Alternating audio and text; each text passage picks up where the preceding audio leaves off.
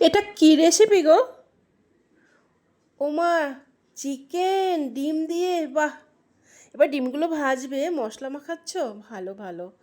ও কেটে কেটে দিয়েছো? আমিও এমনি করে কেটে দিই আর সুন্দর করে ভেজে নিই। ঠিক আছে, ভাজো। মা, আমি ঠিক আমার মতোই করেই ভেজেছো। আচ্ছা, জিরে ফোড়ন দিলে, তারপরে পেঁয়াজ নুন দিলে নরম হয়ে যায় না গো? আচ্ছা আচ্ছা, ও আদা রসুন পেস্ট। আর আলুটা বুঝি সিদ্ধ করে নিয়েছো? ও, এদিকে নুন হলুদ এর একটা জলে গুলিয়ে দিয়েছো। এটা করে তোমার মশলাটা খুব সুন্দর কষানো হয়। আচ্ছা, সিদ্ধ করা আলু দিয়েও আবার কষাবে?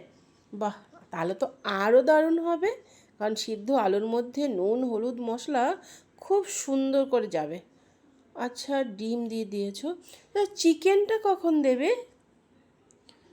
ও, জলও তো দিয়ে দিচ্ছ, তাহলে চিকেন কখন দেবে গো? এখনও তো দিলে না। ঢেকেও দিলে। এই ভুলে যেও না চিকেন দিতে, হ্যাঁ? ঠিক আছে, করছো চিকেনটা নিশ্চয়ই তুমি কষিয়ে তুলে রেখেছো। আচ্ছা, এটা গরম মশলা। ও মা, খুব সুন্দর লাগছে। এখন চিকেনটা দাও, নাহলে তো। এই তুমি গরম মশলাও দিয়ে দিচ্ছ, তাহলে চিকেন কখন দেবে? ঢেকে ঢেকে। আচ্ছা, এই হয়ে গেল রান্না? তাহলে তুমি চিকেন দিলেই না, একদম চিকেনের মতো দেখতে লাগছে। আমি ভাবলাম চিকেন হয়তো ডুবে রয়েছে ডিমের মধ্যে। ও, দারুণ হয়েছে গো, দারুণ। আমিও এমনি করে করি, তা তোমার রান্নাটা বেশি ভালো হয়েছে।